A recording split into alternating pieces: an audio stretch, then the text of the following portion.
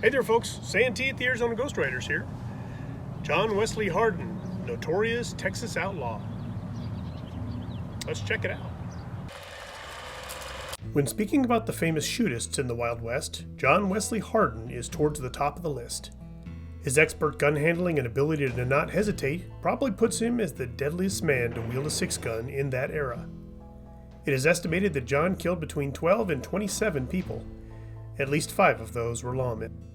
I shot the sheriff, but I did not shoot the deputy. Oh, well, I guess I did. John Wesley Hardin was born on May 26, 1853, around Bottom, Texas. His father was a circuit preacher, meaning he traveled around to different settlements evangelizing, often with his family in tow.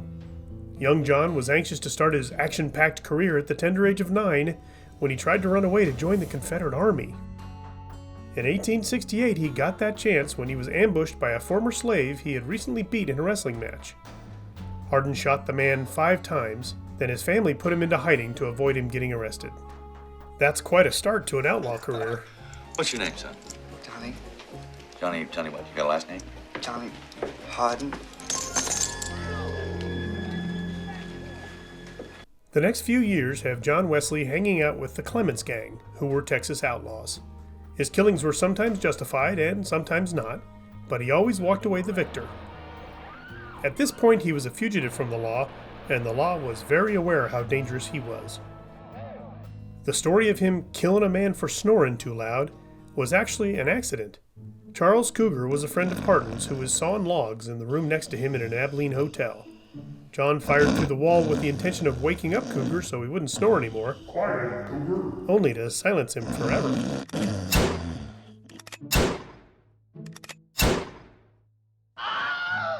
Uh-oh.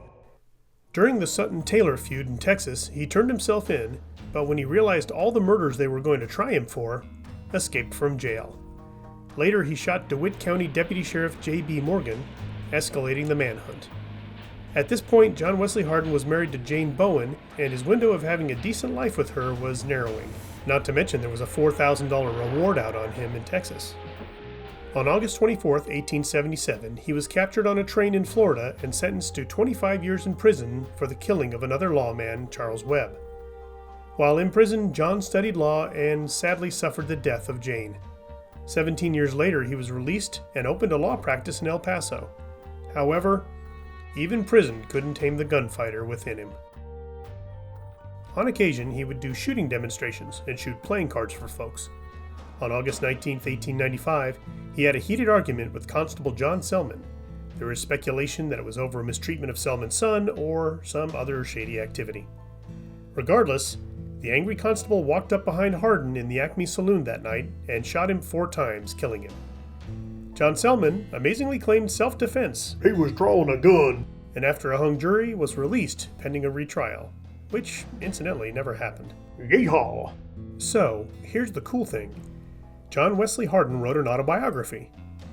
Now, we have to take this with a grain of salt, since some events in his book had no witnesses to corroborate. Many historians believe Hardin was prone to exaggeration and bravado.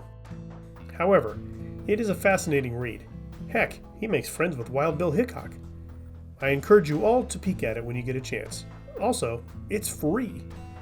Check the link in the description field below. I hope to one day venture out to the parts of Texas these desperados ran around in. When I do, I'll be sure to take you with me. Well, folks, that's it for another episode. Thanks for watching. And as always, please like, share, and subscribe. And we'll see you on down the trail.